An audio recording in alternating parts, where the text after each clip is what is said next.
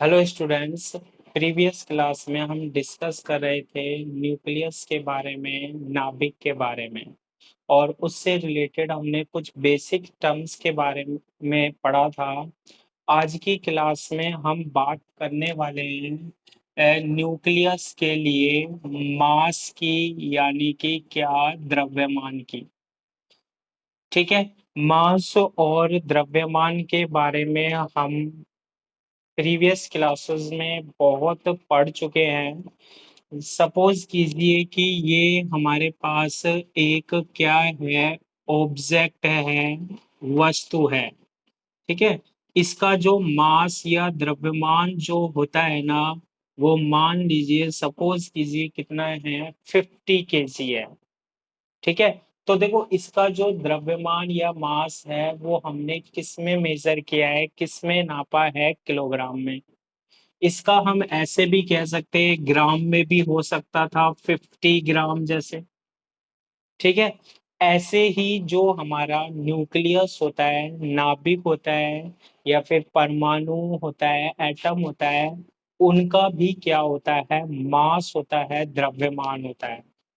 ठीक है। क्योंकि उनका साइज जो होता है, आकार जो होता है, वो बहुत ही कम होता है, इसलिए हम इसके लिए एक नए मात्रक का उपयोग करते हैं। ठीक है। किसके लिए? जो न्यूक्लियस होता है, एटम होता है, उनके लिए, नाभिक और परमाणु के लिए। ठीक है। अगर हमें न्यूक्लियस यानी क्या, नाभिक। ठीक है। और एक हम बात करते हैं क्या, एटम, यानी कि क्या, परमाणु। इनका हमें द्रव्यमान नापना है। ठीक है। इनका द्रव्यमान नापना है, हमें द्रव्यमान कितना होता है, द्रव्यमान मापना है, यानी कि मास मेजर करना है। ठीक है। क्या करना है? मास मेजर करना है। जैसे हम बिस्कुट के पैकेट का बोलते हैं ना, 100 ग्राम, 150 ग्राम का है। ऐसे ही हम किसका देखना चाह रहे हैं, न्यूक्लियस का, नाभिक का। तो इनको हम केजी में या ग्राम में डिफाइन नहीं करते हैं, नहीं बताते हैं। इसके लिए हम एक नए मात्रक का उपयोग करते हैं। ठीक है। इनके द्रव्यमान या इनके मास को मेजर करने के लिए हम एक नए द्रव्यमान, जिसे नए मात्रा का उपयोग करते हैं, जिसे हम बोलते हैं AMU। यानी कि इनका जो मास देखेंगे ना हम, इनका जो हम द्रव्यमान देखेंगे ना, वो AMU में देखेंगे। AMU का मतलब होता है एटॉमिक मास यूनिट। ये किसके लिए डिफाइन करते हैं, किसके लिए बताते हैं? हम न्यूक्लियस के लिए बताते हैं। ठीक है। क्या है? एटॉमिक मास यूनिट, यानी कि द्रव्यमान। अगर मेजर करना है तो AMU में मेजर करेंगे, यानी परमाणु द्रव्यमान सहिति का उपयोग करते हैं। ठीक है। तो अब ध्यान रखना है, अगर हम किसकी बात कर रहे हैं, न्यूक्लियर फिजिक्स की, तो इसमें हम AMU का यूज करेंगे, है ना। AMU क्या है? जिसके बेसिस पर हम जो न्यूक्लियस होते हैं, जो नाभिक होते हैं ना, उनका क्या देखने वाले हैं, मास और द्रव्यमान देखने वाले हैं। ठीक है। क्या? AMU। तो AMU क्या होता है, और इसके बारे में हम डिस्कस करने वाले हैं कि कैसे इसको डिफाइन करते हैं। ध्यान से सुनना। सबसे पहले AMU की जो डेफिनेशन होती है, AMU हमने कैसे डिफाइन कर रखा है, तो एक AMU इज इक्वल टू क्या होता है? AMU मतलब एटॉमिक मास यूनिट, यानी कि जो परमाणु द्रव्यमान सहिति होती है, मात्रक जो होता है, हमारे पास जो न्यूक्लियस का द्रव्यमान जिसमें हम नापेंगे, नाभिक का द्रव्यमान नापेंगे, न्यूक्लियस का मास नापेंगे, वो AMU है ना। एक AMU जो होता है वो हम कैसे निकालते हैं? कार्बन 12 का क्या लेते हैं हम, परमाणु द्रव्यमान। ठीक है।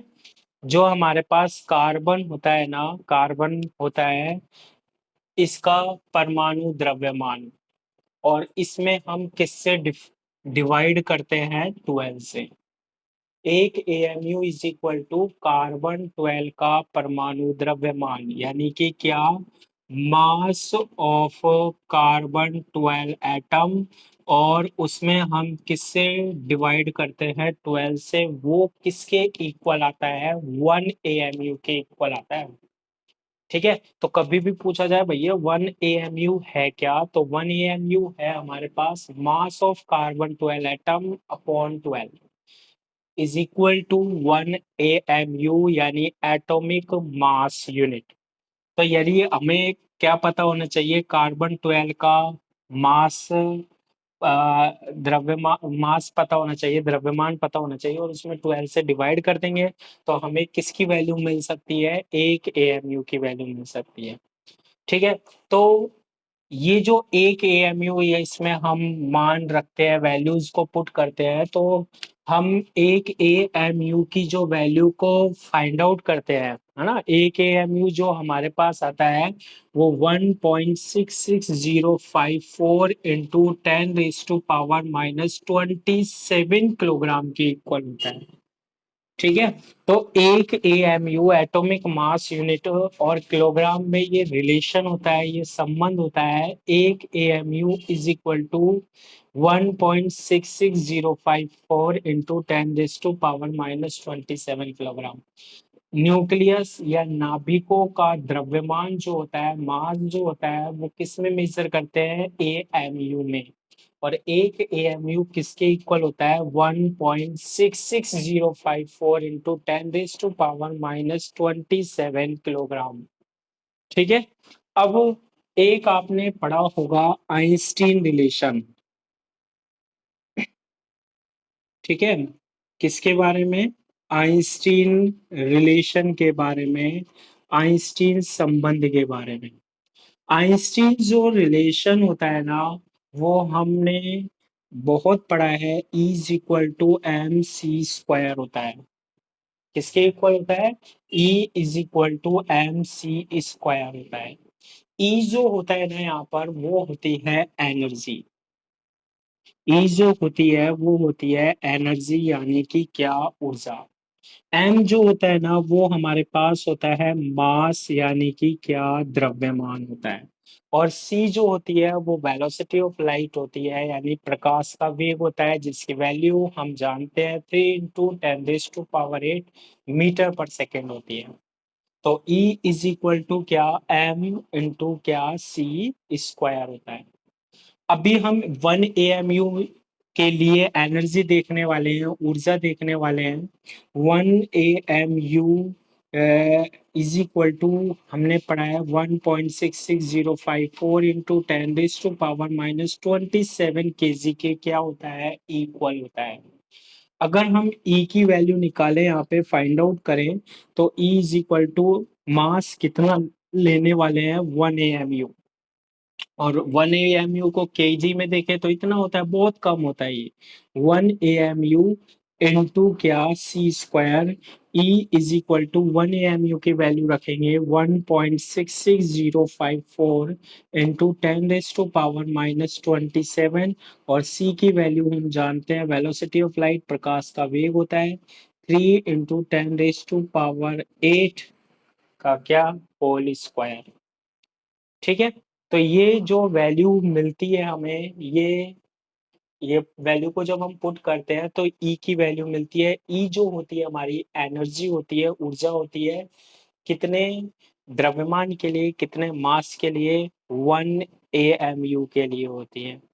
ठीक है, ये जो एनर्जी होती है, ये जो ऊर्जा होती है, वो किस में आती है, जूल में आती है। इसमें आती है ये एनर्जी जो आती है हमारे पास, ये जो ऊर्जा आती है वो हमारे पास किस में आती है, जूल में आती है। तो ये हमने किस में फाइंड आउट कर लिया, जूल में फाइंड आउट कर लिया। ठीक है, अब देखो, जूल में फाइंड आउट कर लेते हैं हम। अब जूल में जब हम इसे फाइंड आउट कर लेते हैं, तो उसके बाद आपने ये भी पढ़ा होगा, electron volt unit. Electron volt, एक electron volt is equal to होता है 1.602 इंटू 10⁻⁻19 जूल। एनर्जी का एक यूनिट होता है, एनर्जी का एक मात्रक होता है क्या, इलेक्ट्रॉन वोल्ट। और एक इलेक्ट्रॉन वोल्ट जो हम पढ़ते हैं वो किसके इक्वल होता है, 1.602 इंटू 10⁻⁻19 जूल के इक्वल होता है। तो एक जूल की जो वैल्यू आएगी ना हमारे पास, वो किसके इक्वल आएगी, इससे डिवाइड करते हैं, 1/1.602 इंटू 10⁻⁻19 इलेक्ट्रॉन वोल्ट के इक्वल आती है। तो ये जो एनर्जी है, ये जो ऊर्जा होती है ना, इसको हम किस में चेंज कर सकते हैं, एक एएमयू की ऊर्जा को हम इलेक्ट्रॉन वोल्ट में चेंज कर सकते हैं। तो ये जो इलेक्ट्रॉन वोल्ट में ऊर्जा आएगी, एनर्जी आएगी, वो कितनी आएगी, 1.66054 इंटू 10⁻⁻27 और 3 into 10⁻8 whole square into joule की वैल्यू रखेंगे।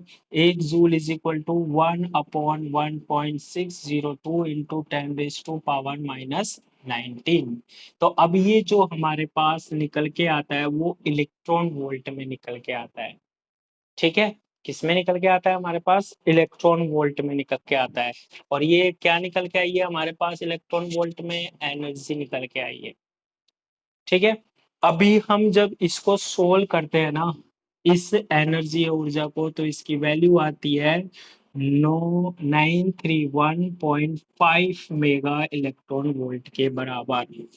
ठीक है, तो एक एएमयू के लिए जो एनर्जी होती है, जो ऊर्जा होती है हमारे पास न्यूक्लियस में, वो किसके इक्वल होती है, 931.5 मेगा इलेक्ट्रॉन वोल्ट। इतनी ऊर्जा होती है कितने में, एक एएमयू मास में, एक एएमयू द्रव्यमान में। ठीक है, 931.5 मेगा इलेक्ट्रॉन वोल्ट। तो एक रिलेशन जो है हमारे पास, वो आपको ये पता होना चाहिए क्या होता है, कि एक एएमयू किसके इक्वल होता है, 1.66054 इंटू 10⁻⁻27 किलोग्राम के। अब देखो, मैंने स्टार्टिंग में बताया था कि E is equal to M C square होता है। यहां से हम m की वैल्यू निकालें तो m की वैल्यू होगी E/c²।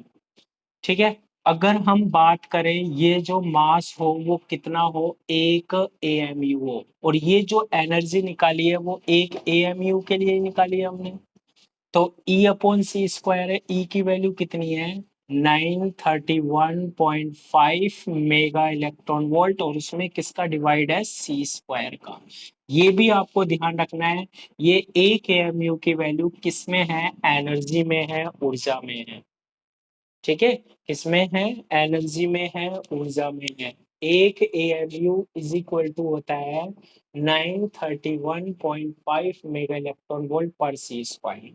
और एक AMU, one AMU is equal to होता है 1.66054 इंटू 10⁻⁻27 किलोग्राम। तो ये जो वैल्यूज है ना, ये न्यूमेरिकल में काम में आने वाली है। ये जो प्रोसेस मैंने आपको बताया है, किस तरीके से हमने फाइंड आउट किया है ना, किस तरीके से निकालना है, जरूरी नहीं है ये हमारे याद हो, लेकिन ये जो दो वैल्यूज है ना, ये न्यूमेरिकल में काम में आने वाली है इस यूनिट में, क्या पूरी न्यूक्लियर फिजिक्स में।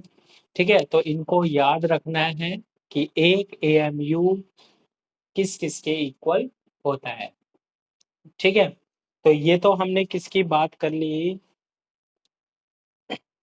मास की बात कर ली, द्रव्यमान की बात कर ली। क्योंकि हम जो न्यूक्लियस होता है ना, उसका जो द्रव्यमान होता है, उसका जो मास होता है ना, वो हम किस में मेजर करने वाले हैं, वो हम किस में नापने वाले हैं, एएमयू में। तो एएमयू और केजी में हमने रिलेशन बना लिया। इसके बाद हम बात करते हैं किसकी, रेडियस की। इसकी बात कर रहे हैं, रेडियस यानी कि त्रिज्या। और ये जो रेडियस देख रहे हैं हम, ये जो त्रिज्या देख रहे हैं, वो किसकी देख रहे हैं हम, न्यूक्लियस की देख रहे हैं, नाभिक की देख रहे हैं। क्या देखने वाले हैं हम, रेडियस ऑफ न्यूक्लियस, नाभिक की त्रिज्या। देखो, रेडियस जो होती है, त्रिज्या जो होती है नाभिक, नाभिक के लिए, नाभिक या न्यूक्लियस जो होता है ना, उसको हमने कैसा माना है, स्पेरिकल माना है, गोलीय माना है। कैसा बना हमने? गोल, ये गोल है भैया। गोल है तो फिर उसकी क्या होगी? रेडियस होगी। ठीक है। प्रीवियस क्लासेस में मैंने आपको बताया था, जब मैंने एटम की बात करी थी, परमाणु की बात करी थी, इसका जो स्ट्रक्चर होता था उसमें एक तो होता था क्या? नाभिक होता था, यानी कि क्या? न्यूक्लियस। और इलेक्ट्रॉन ऑर्बिट्स में, कक्षाओं में क्या करते रहते थे? रिवॉल्व करते रहते थे, घूमते रहते थे। नाभिक में क्या होते थे? प्रोटॉन और न्यूट्रॉन होते थे, प्रोटॉन और न्यूट्रॉन होते थे। और ये जो प्रोटॉन और न्यूट्रॉन होते हैं, इनका जो टोटल होता है ना, वो ए कहलाता है। ए क्या होता है हमारे पास? मैंने बताया था, मास नंबर होता है, यानी कि द्रव्यमान संख्या होती है। ए को क्या बोलते हैं हम? मास नंबर यानी द्रव्यमान संख्या बोलते हैं। अगर आपको किसी भी न्यूक्लियस की, यानी नाभिक की क्या देखनी है? रेडियस देखनी है। तो जो एक्सपेरिमेंटल हमने देखा है, यानी एक्सपेरिमेंट करके देखा है, तो जो रेडियस होती है ना, वो दो बातों पर डिपेंड करती है। ठीक है। कितनी बातों पर डिपेंड करती है? दो। देखो, सपोज कीजिए, लेट, माना, जो नाभिक की त्रिज्या है, नाभिक की जो त्रिज्या है वो कितनी है? आर है। Radius of nucleus, radius of nucleus किसके इक्वल है? आर के। ठीक है। और जो इसका जो द्रव्यमान संख्या है, कोई भी नाभिक हो सकता है ये ना, कोई भी न्यूक्लियस होता है, उसकी द्रव्यमान संख्या यानी कि मास नंबर जो है ना, वो किसके इक्वल है? ए के इक्वल है।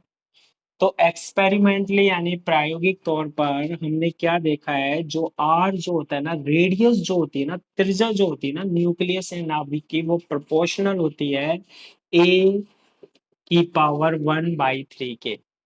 कोई भी हमारे पास जो नाभिक होता है ना, कोई भी हमारे पास जो न्यूक्लियस होता है ना, उसकी जो रेडियस होती है ना, उसकी जो त्रिज्या होती है ना, वो प्रोपोर्शनल होती है उसकी द्रव्यमान संख्या के, यानी कि मास नंबर के। फिक्स है ये, यानी आर इज प्रोपोर्शनल टू ए की पावर 1/3। प्रोपोर्शनल का साइन हटाते हैं, चिन्ह हटाते हैं, तो हम एक कांस्टेंट लगाते हैं, नियतांक लगाते हैं, R0 और 1/3। ये वो फॉर्मूला है जिसकी हेल्प से, ये वो फॉर्मूला है जिसकी हेल्प से हम रेडियस फाइंड आउट कर सकते हैं, न्यूक्लियस की, नाभिक की त्रिज्या फाइंड आउट कर सकते हैं। इस पर बहुत न्यूमेरिकल आते हैं। तो वो जो न्यूमेरिकल है वो हम नेक्स्ट क्लास में देखेंगे। अभी आपको इसकी वैल्यू, ये फॉर्मूला है, याद रखना पड़ेगा। आर नॉट जो है, R0 जो हुए है, वो हमारे पास क्या होता है? कांस्टेंट होता है, नियतांक होता है। और इस आर नॉट की जो वैल्यू होती है वो 1.25 फर्मी मीटर होती है। एक फर्मी इज इक्वल टू होता है 10⁻⁻15 होता है। ठीक है। तो फर्मी की जगह 15 लगा सकते हैं, 10⁻⁻15। आर नोट एक कांस्टेंट है, नियतांक है, जिसकी जो वैल्यू होगी वो 1.25 फर्मी मीटर होगी। तो इस पर बेसिस जो न्यूमेरिकल है वो नेक्स्ट क्लास में देखेंगे। डिफरेंट डिफरेंट टाइप्स के न्यूमेरिकल जो यूनिवर्सिटी में आते हैं, एग्जाम में आते हैं, वो हम देखेंगे, आए हुए भी क्वेश्चंस देखेंगे। और एग्जाम में भी इन्हीं में से मिलती है चीजें, जो भी हैं हम करते हैं यहाँ पर क्लास में, है ना। तो नेक्स्ट क्लास में देखेंगे। आज के लिए इतना ही। Thank you.